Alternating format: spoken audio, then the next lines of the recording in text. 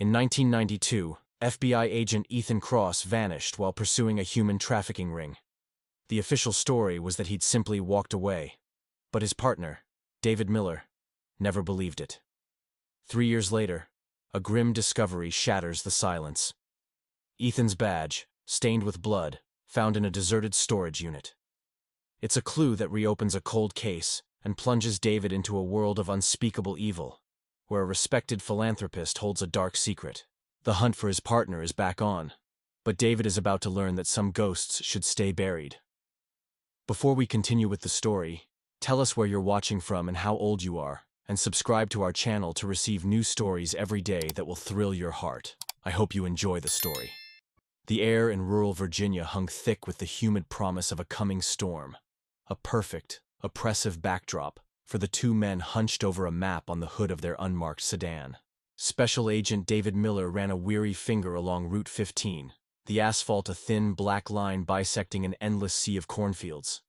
Beside him, his partner, Ethan Cross, squinted through the deepening dusk, a faint scar just above his eyebrow catching the dim light of the dashboard. They were at the height of an investigation that was unraveling as fast as they could tie it together. A ghost network of kidnappings targeting young adults. A ring that seemed to vanish into the misty Virginia air the moment the FBI got close. David could still hear Ethan's voice from that night, a familiar, reassuring rumble. Just one more farmhouse, Dave. This feels like the one. He remembered the way Ethan's hand had rested on his shoulder before he'd walked off. A simple, friendly gesture that was now seared into his memory with the cold permanence of a brand. He remembered watching Ethan's silhouette shrink against the horizon, swallowed by the darkness of the dense woods, the last time he would ever see him. Hours bled into a frantic, sleepless night. The coming storm finally broke, lashing the countryside with rain that felt like a personal assault. David drove the back roads until dawn, his heart a frantic drumbeat against his ribs, his breath a shaky mist on the cold windshield. He found Ethan's car at sunrise, its dusty gray surface now slick and shining with rain, a solitary monument to a hope that was rapidly evaporating. The driver's side door was ajar, a small puddle of water gathering on the floor mat, but the car was otherwise pristine. No struggle, no signs of a forced entry, no Ethan. The FBI's official report was a cold, clinical summary of an open and shut case. Ethan Cross, under immense pressure, had simply walked away. A runaway agent. They said he was burned out, that the toll of the job had finally become too great. They offered explanations that were logical and tidy, but to David, they felt like a betrayal. He knew Ethan better than anyone. He knew the quiet ambition, the fierce loyalty, the unwavering commitment that made him the best partner a man could ask for. He looked at the neatly typed words on the file, the case officially archived for good, and felt a quiet fury bloom in his chest. The truth, he knew, was out there, tangled in the overgrown weeds of the Virginia countryside. And he would find it, even if he had to do it alone. 3 years turned into a slow, agonizing blur of cold coffee and colder leads.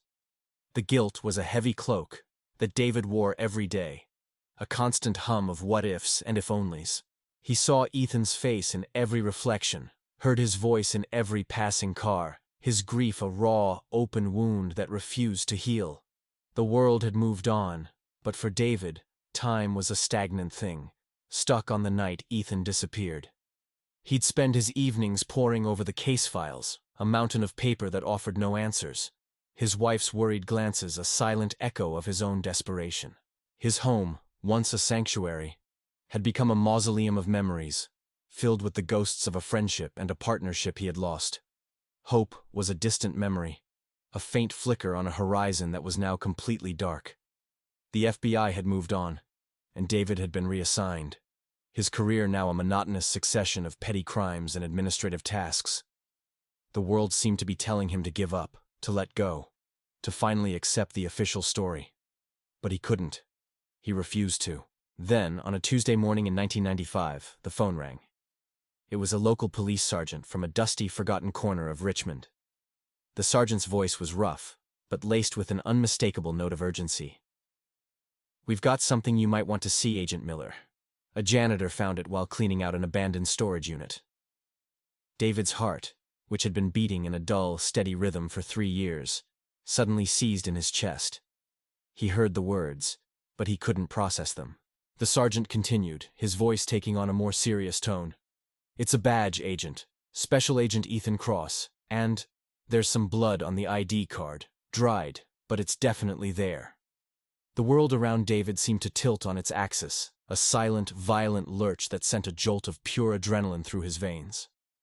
The case he had never let go of, the wound that had never healed, was suddenly ripped wide open. The hope he had long since buried came surging back to the surface, a brutal, desperate thing.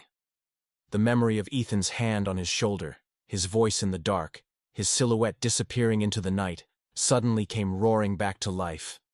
He knew, with a certainty that was both terrifying and exhilarating, that this was it. This was the moment he had been waiting for. The hunt was on again, and this time, he wasn't going to stop until he found the truth. But what kind of truth would he find? What horrors had been lurking in the shadows all this time? He could feel it in his bones, the quiet terror of the unknown, the dark promise of what was to come. And he was ready. He was finally ready. David Miller pulled his Ford Crown Victoria into the deserted lot, the engine cutting out with a heavy sigh. The place was a monument to neglect, backwoods storage, a sprawling, rusty labyrinth of corrugated metal units beneath a sky the color of old bruises. The air was thick with the scent of damp earth and disuse, a fitting prelude to the horror he knew was waiting. He felt a cold dread tighten its grip around his heart, a feeling he hadn't experienced with such intensity since the night Ethan vanished. His hand trembled as he gripped the door handle, the ghost of his partner's last known location now a physical place he had to confront. He met Officer Rodriguez at the entrance to Unit 74, a young cop with a nervous energy that spoke volumes. The lock was snipped, the heavy metal door ajar, groaning on rusty rollers as Rodriguez pulled it open. David stepped inside, his flashlight beam cutting a sharp path through the gloom. The air hit him first, a sterile, chemical scent of harsh cleaners mixed with something metallic and sickeningly sweet. It was a smell that belonged in a sterile operating room, not a forgotten storage locker. His beam swept the small 10 by 20-foot space, and the blood drained from his face. The walls were a patchwork of soundproofing foam panels, an amateurish attempt to muffle screams that had, undoubtedly, been futile. In the center of the room, bolted to the concrete floor, sat a single, grim chair. It was a contraption of cold, unforgiving steel, its arms and legs fitted with thick leather straps, the kind of restraints a doctor might use, or an executioner. The floor beneath it was stained a deep, dark crimson, a testament to a violence that had long since dried. David felt a wave of nausea so profound he had to brace himself against the doorframe, his breath catching in his throat.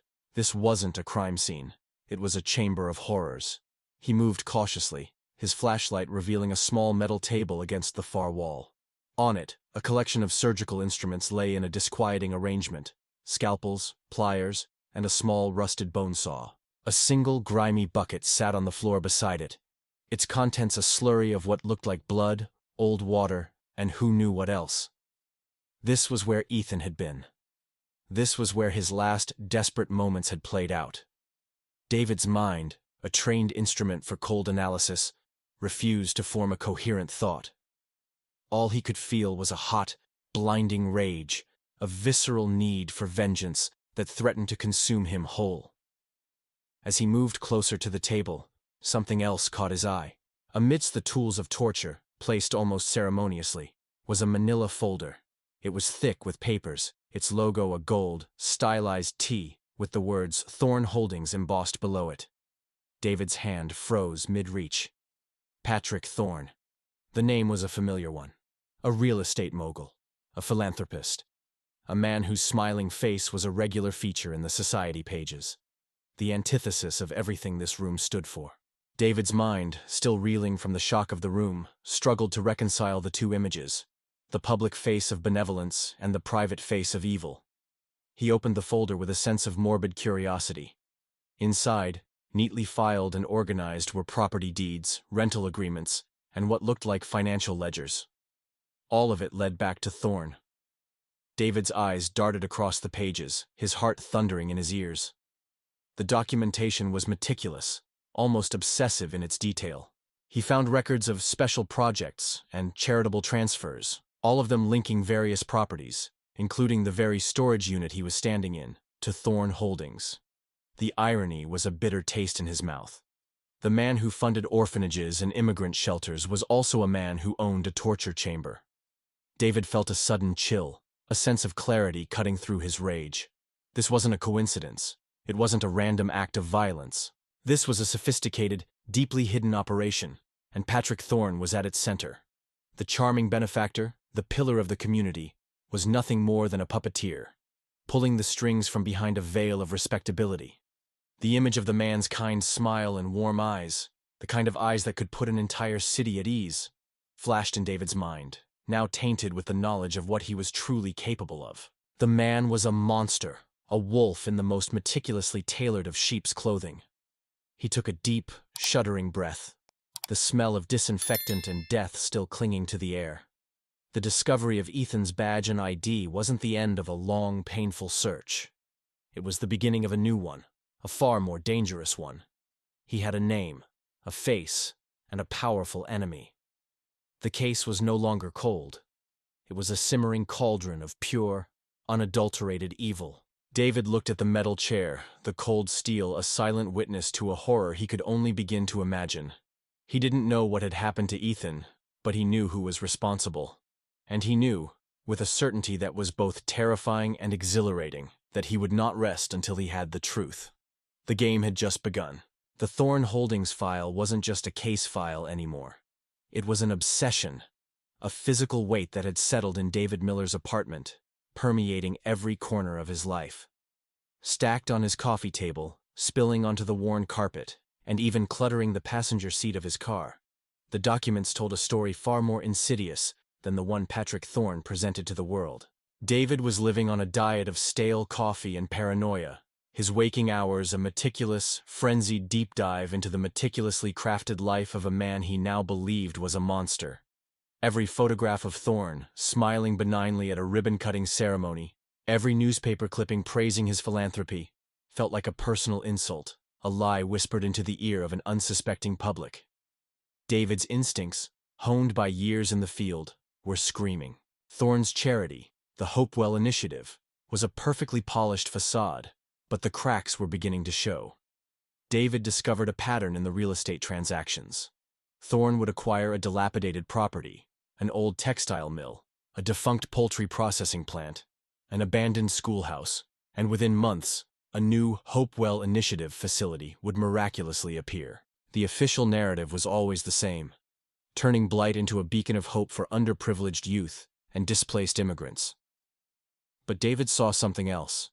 He saw a man who specialized in acquiring properties that were remote, easily secured, and, most importantly, invisible. The locations weren't chosen for accessibility or community integration. They were chosen for their isolation. His investigation grew personal and dangerous. He started tailing Thorn, spending hours in his car, a ghost on the outskirts of the man's privileged world. He watched Thorn attend gala dinners, shake hands with politicians, and give speeches about giving back to the community. The man was a master of his craft, a chameleon of charisma. His voice, captured on a C-SPAN recording David watched on a loop, was smooth and reassuring, a symphony of calculated compassion. "These children," Thorn had said, his eyes moist with feigned emotion, "they are not just our future, they are our responsibility." David clenched his fists, the rage a bitter taste in his mouth. He was responsible for Ethan, for the terror in that storage unit. The time for surveillance was over. David knew he had to get closer, had to see the inner workings of Thorn's empire firsthand. He couldn't go in as an FBI agent. That would send Thorn scrambling for cover and destroy any chance of finding the truth. He needed a disguise, a mask that would allow him to step inside the gilded cage. He fabricated a new identity: David Miller, a social worker from a small, underfunded charity in a neighboring state, looking to partner with the Hopewell Initiative to secure more resources for his own projects. He spent a week meticulously crafting the lie, creating fake emails, forging letterheads, and rehearsing his story until it felt like a second skin. His first visit to the Hopewell house, An ornate, repurposed mansion that served as Thorne's flagship immigrant shelter was a masterclass in controlled chaos. The building itself was a stunning monument to Thorne's philanthropy, all polished wood and spotless windows. The grounds were meticulously manicured, a picture of tranquility. But beneath the surface, David felt a chilling undercurrent of tension. The air was heavy, not with the laughter of children, but with a palpable, silent fear. The young residents, mostly teenagers from Central America and Southeast Asia, moved in unison, their heads bowed, their eyes fixed on the floor. They spoke in hushed tones, if at all, and their smiles were brittle, like thin sheets of ice ready to crack. He watched them in the cafeteria, a grand room with high ceilings and chandeliers that felt completely out of place.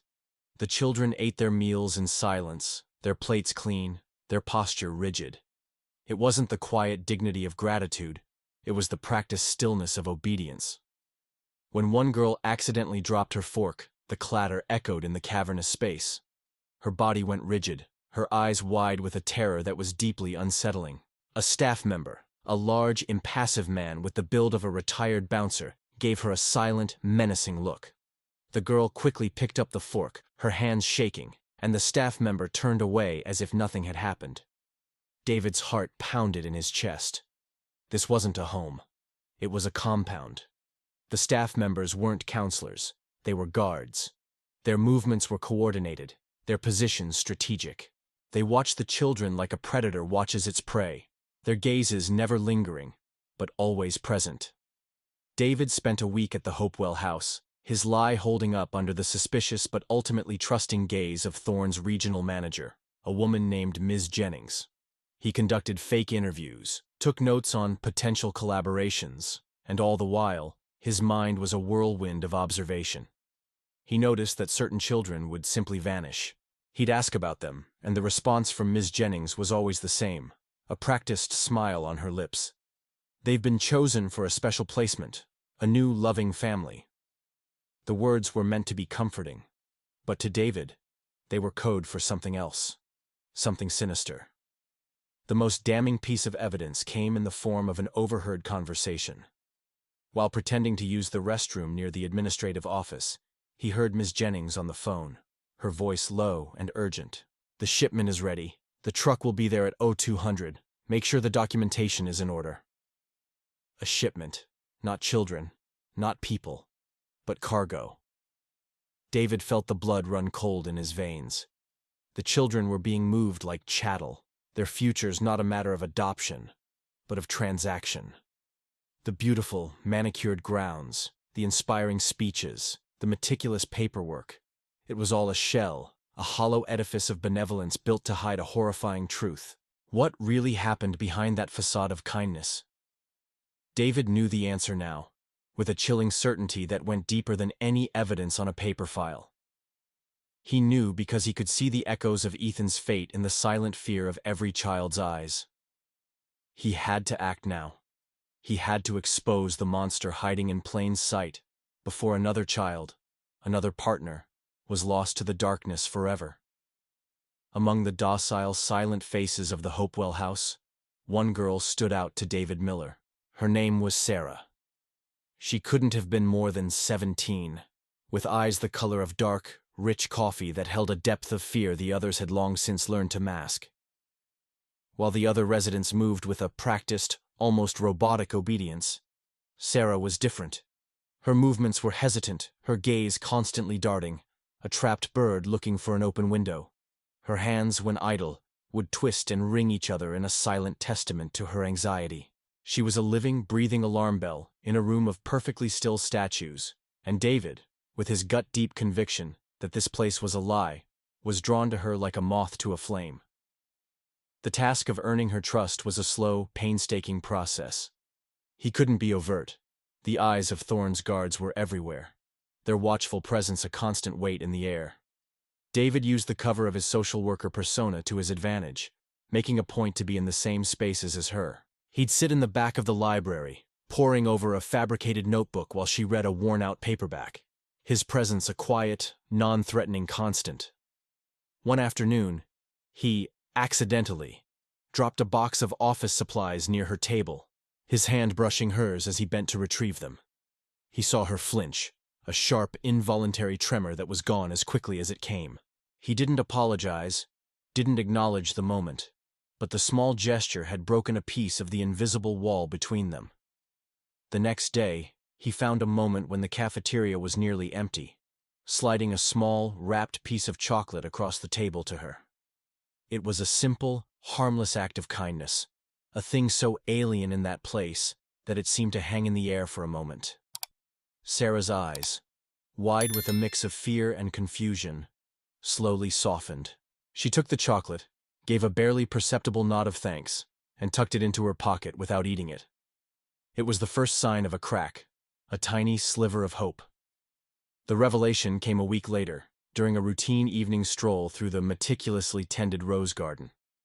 David had noticed Sarah had a habit of lingering by the garden's edge, where a thick stand of trees provided a small pocket of privacy. He found her there, her back to him, her shoulders slumped in a way that spoke of a crushing weariness. He approached carefully, his voice low, his demeanor as gentle as he could make it. "It's a beautiful evening," he said, the words a gentle breath in the still air. Sarah flinched, but she didn't run.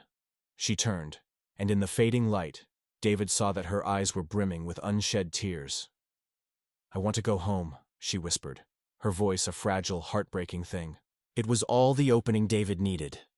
He sat on a weathered stone bench a few feet away from her, his posture open and non-threatening. He didn't pressure her, didn't push for answers. Instead, he just listened, letting her speak when she was ready. And when she did, the dam broke. This is not what they promised," she began, her words a halting, desperate confession. "They said it would be a new life, a family, a school." She shook her head, a violent, desperate gesture. "They said they would help us." She described the Hopewell house not as a home, but as a holding pen. A place where they were groomed and processed, their identities systematically erased. The women, the children. They don't go to new families. They go to special places. And then they never come back. Her voice cracked with a sob, a sound that tore at David's heart. Sarah's own story was a testament to a horrifying truth. "I was one of them," she said, her hands trembling as she spoke. "They took me and 5 other girls a month ago. We were put in a van, driven for hours." She described the place in vivid, terrifying detail. A dilapidated barn, its rough-hewn timbers smelling of dust and dried hay, its windows boarded up, its floor covered in a layer of grime. The air was cold, the silence thick and heavy. "They kept us there," she whispered, her voice barely audible. "For a week." The details were vague, shrouded in the fog of trauma, but the fear was real. She described being watched, being spoken to in a language she didn't understand, the menacing presence of the same impassive guards from the Hopewell house. Her escape, she admitted, was a pure, unadulterated stroke of luck. A moment of inattention from her guard, a loose board near a window, and a desperate, half-mad scramble into the surrounding woods. She ran for 2 days, fueled by adrenaline and terror, before a kind woman found her and brought her back to the shelter, where she was met not with relief, but with a chilling, cold silence from the staff. As Sarah spoke, David's mind was racing, a whirlwind of memory and evidence. Her description of the barn, the rough timbers, the smell of hay, it all connected back to the property records he had spent weeks poring over. Thorne owned dozens of rural properties just like it, seemingly useless parcels of land he had acquired at bargain prices. The abandoned farms and warehouses weren't just real estate deals. They were waypoints, holding cells in a human trafficking network of unimaginable scale. The torture chamber where Ethan's badge was found wasn't a one-off. It was part of a meticulously planned, sinister operation. David's heart hammered against his ribs, a frantic, desperate rhythm. He had what he needed, a witness, a first-hand account. He had a connection between Thorne and the places where these children were being taken. But a new, terrifying fear had taken root in his mind. The clock was ticking. He had heard the word shipment on the phone call, and now he knew what it meant. Children were being moved. They were in danger. He had to act now, had to call in the cavalry. But how? He was deep inside enemy territory, his disguise the only thing keeping him alive. If he made a move, if he tipped his hand, Sarah, the courageous young woman who had trusted him with her life story, would be in mortal danger. She was his only witness, his only path to justice, and he couldn't put her at risk. The weight of her story, and the lives of all the other children, settled on his shoulders. A burden that was both his mission and his deepest, most agonizing fear. He had to save them all. But he had to do it without getting a single one of them killed. The information from Sarah was the final, devastating piece of the puzzle. It was a thread of raw, terrified truth that David clutched like a lifeline, a flickering light in the suffocating darkness of his 3-year search. Armed with her description and the meticulous property records he had painstakingly unearthed, David secured a warrant, his voice shaking with a cold, desperate resolve as he briefed his FBI team. The plan was surgical. A full-scale raid on a remote abandoned warehouse listed in Thorne's portfolio as a defunct agricultural storage facility. The coordinates led them deep into the desolate heart of rural Virginia, down a twisting, unmarked dirt road that snaked through a landscape of skeletal trees and choked undergrowth. The journey was a silent, tense pilgrimage. The only sounds the crunch of gravel beneath the tires and the heavy, methodical breathing of the men in the cars. As they approached, the warehouse appeared exactly as the records described, a monolithic, rusting hulk of corrugated metal that seemed to have been forgotten by time.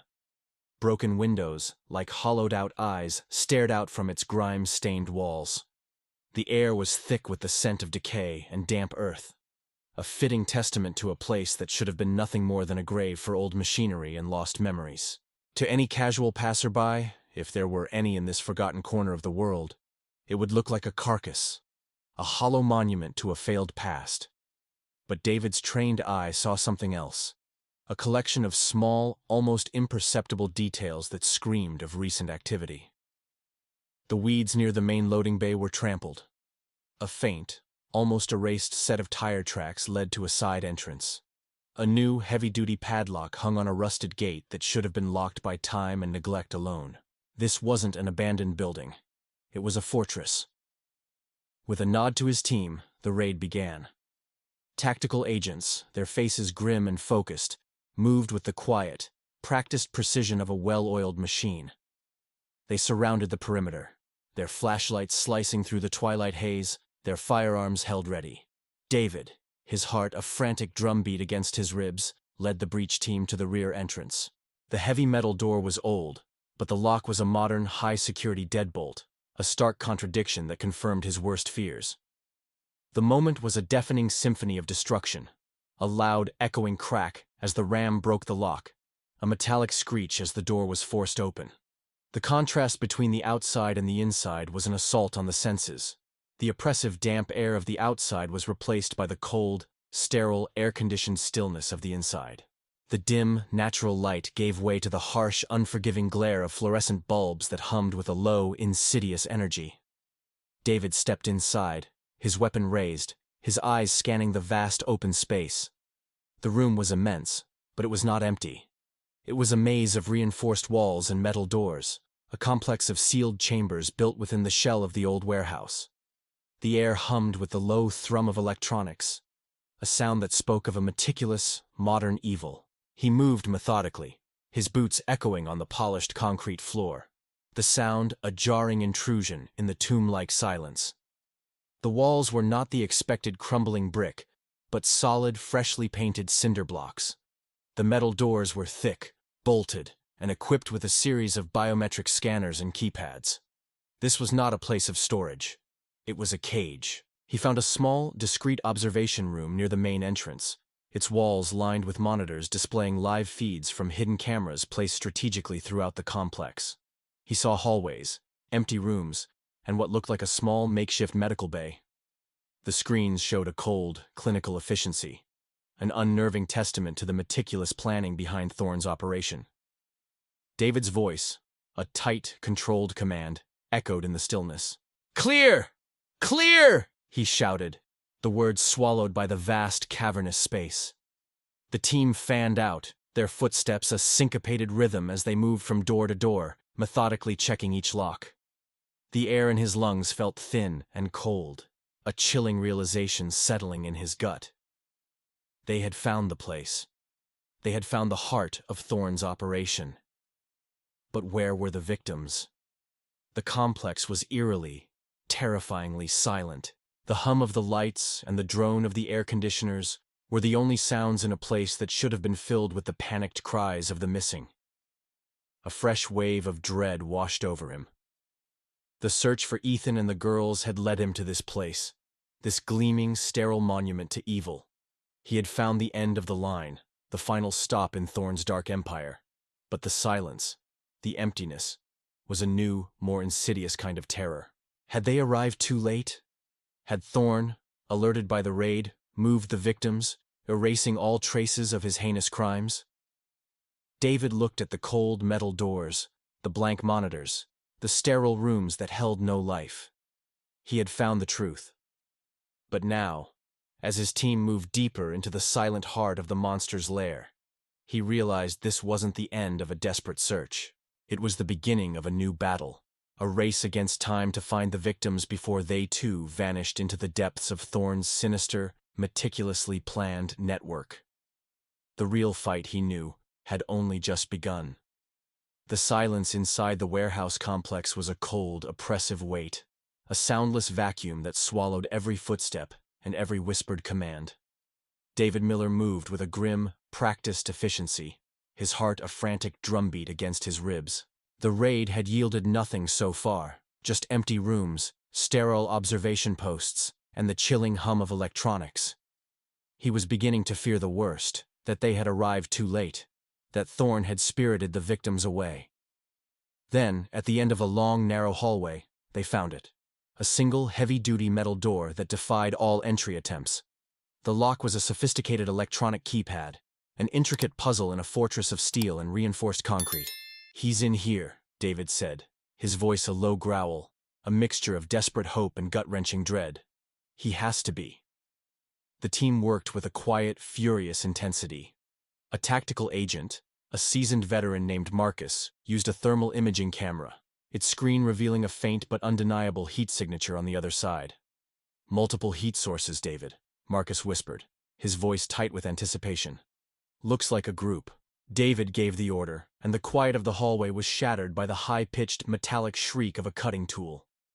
Sparks flew in a brilliant, blinding arc as the agent breached the lock, the sound a jarring symphony of violence and hope. The heavy door groaned, then gave way with a final resonant clang. David was the first one through, his weapon raised, his eyes scanning the room in a fraction of a second.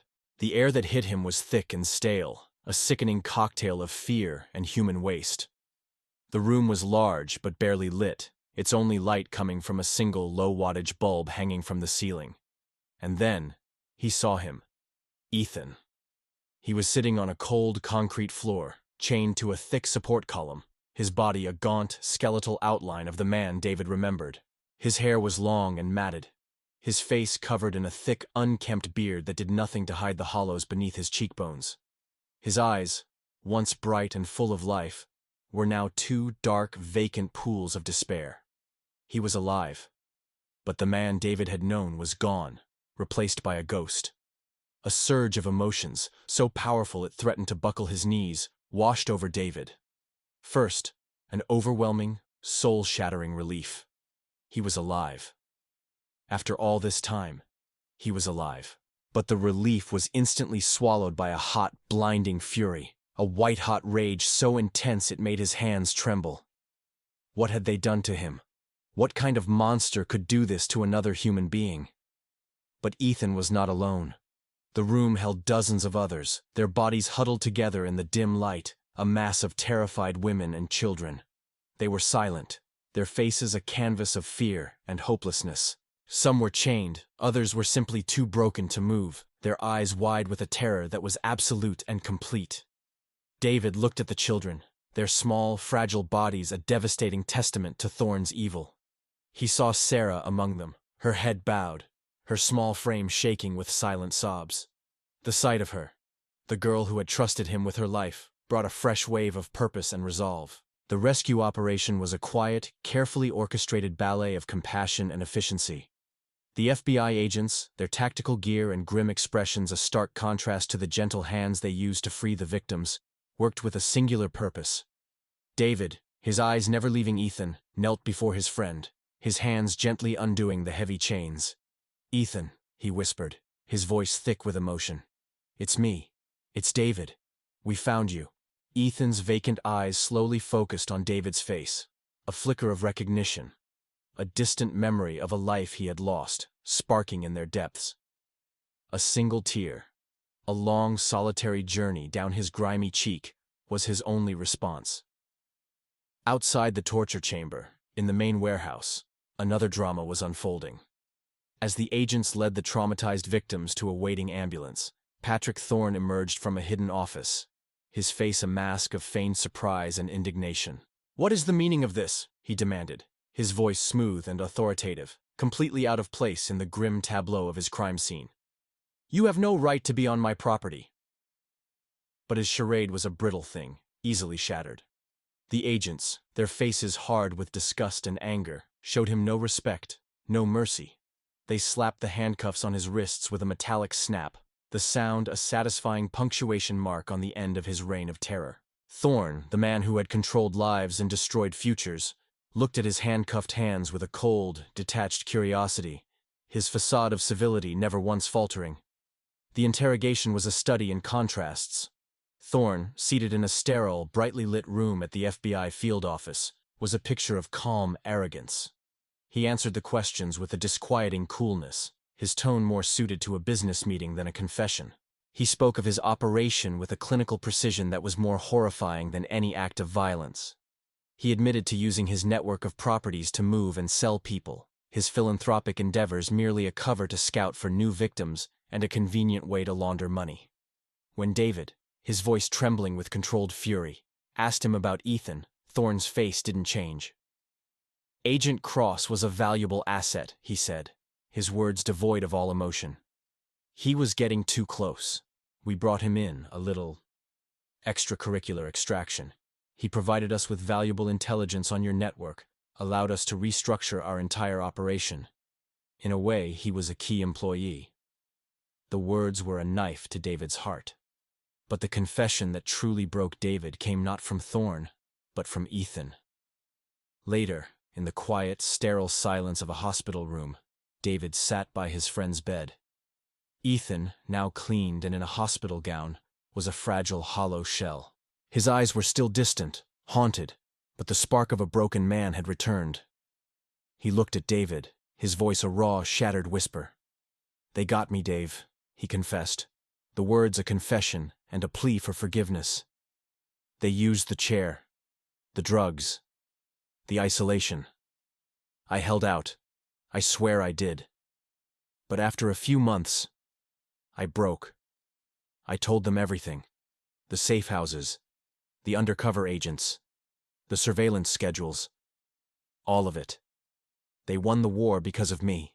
The words were more painful than anything Thorne could have said. David, his heart heavy with grief and anger, reached out and took his friend's hand, feeling the gaunt, bony fingers beneath his own. "No, Ethan," he said, his voice thick with emotion. "You didn't break. You survived. You gave them nothing that matters. They were going to lose anyway. It's because of you that we found this place. It's because of you that those people, those women and children, are free. You're the reason they have a chance at a new life. You're the reason we won." The words were a quiet, desperate plea, a final, unyielding testament to a loyalty that had survived years of separation and the darkest, most unfathomable evil. The silence of the hospital room was a stark, jarring contrast to the cacophony of the raid. Here, in the sterile, air-filtered environment of the intensive care unit, a profound quiet reigned, broken only by the rhythmic beep of monitors and the soft hiss of oxygen. Ethan Cross lay in the bed, a frail, almost translucent figure against the crisp white sheets. The gauntness of his face was more pronounced now, a roadmap of suffering etched into his skin, and the physical wounds, the healed burn scars on his arms, the evidence of broken bones long since set and mended, were a grim testament to the inhumanity he had endured. But it was his eyes that held the greatest truth. They were no longer vacant, but they were distant, filled with a look of profound, soul-deep despair. He was no longer in the warehouse, but he wasn't fully in the hospital either. His mind was in a different place, a dark and echoing room of memory and regret. David Miller sat by the bed, a constant, quiet presence. He was there not just as an FBI agent, but as a friend, a man who had felt the sharp pang of loss for 3 years and was now faced with the devastating reality of what had been lost. He watched Ethan, and in the quiet moments, he heard the ghost of his partner's voice, a haunted whisper that spoke of a terrible guilt. Ethan believed he had failed. He was convinced that his breaking point, the moment he had surrendered the FBI's intelligence to Thorne under unimaginable duress, had led to more suffering. In his fragmented sleep, he would sometimes cry out, "I told them. I'm sorry. I'm so sorry." The words were a knife to David's heart, a wound far more painful than any physical injury Thorne had inflicted. In a rare moment of lucidity, Ethan's eyes focused on David. "It's my fault," he said, his voice a raspy whisper. "I gave them the playbook, the safe houses, the protocols. Every time I see a report of a new missing person, a new network, I feel it. It's on me. I broke Dave." The confession was a torrent of raw, unfiltered anguish, and David felt the weight of his words as if they were his own. He took his friend's hand, the touch a gentle anchor in the storm of Ethan's guilt. "No, Ethan. No. That's not true," David began, his voice thick with emotion. He spoke not as a fellow agent, but as a witness to a miracle.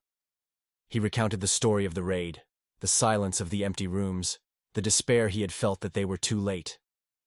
"We found you, Ethan. We found you because Thorne got sloppy. He left your badge behind. A breadcrumb we would have never found if you hadn't survived. Every day you stayed alive, you were fighting. You were buying us time. The information you gave him, it didn't win him the war. It bought him a few more days, a few more weeks. But your survival, Ethan, that's what made us win. That's the real victory." David told him about the other victims. He spoke of Sarah, the courageous young woman who had trusted him. He described the moment they found her and the look of relief and gratitude in her eyes. He told Ethan that she had drawn a picture of him, not as a broken victim, but as a powerful, faceless hero, a guardian angel who had appeared to save them. "You saved her, Ethan," David said, his voice cracking with emotion. "You saved them all. The courage she found to speak to me, the courage she found to believe, was born out of the hope you gave us. You, a man in chains, were a beacon of hope for everyone." The words seemed to slowly, tentatively find their mark, and a different kind of tear, one of relief and profound sorrow, made its way down Ethan's cheek. Outside the ICU, the world was healing, but not without scars. The media frenzy was intense, and the story of Patrick Thorne's empire of evil had sent shockwaves through the nation. The public was horrified, but also inspired by the resilience of the survivors. In a nearby wing of the hospital, a special ward had been set up for the victims. Volunteers, counselors, and community leaders had flocked to the hospital, bringing toys for the children, clothing for the women, and a sense of shared purpose that was both beautiful and heartbreaking. Sarah, now safe in the care of a kind social worker, was starting to speak again. Her voice, once a quiet, terrified whisper, was slowly growing stronger, her story becoming a powerful, unflinching testament to the horror she had survived. She was no longer a victim. She was a survivor, a symbol of hope. The justice system, for once, moved with a swift and righteous fury. Patrick Thorne, his cold facade finally crumbling under the weight of a mountain of evidence and the testimonies of the survivors, was indicted on a litany of charges. He would likely never see daylight again. The conviction was a victory, a necessary end to a terrible chapter, but it didn't feel like a celebration. The scars, David knew, would remain. They were on Ethan's body and in his eyes. They were in the quiet fear of the children and in the haunted memories of the women. The end of the story was not a happily ever after. It was a beginning, a long, arduous road toward healing. David sat by Ethan's bed, watching the slow, methodical rise and fall of his chest. The man in the bed was a living paradox, a testament to the depths of human cruelty. and the enduring power of human resilience. The victory had not been clean, and it had not been without a cost. But as David looked at his friend, a man who had walked through hell and emerged, he knew the truth. Evil could be defeated, and justice could be served, but the real triumph was in the quiet, painstaking work of healing, in the slow, agonizing process of learning to live again. The scars were permanent, but so was the hope they represented. We want to hear your opinion about this thrilling story. What do you think will happen with them? Tell us your name, where you are watching from.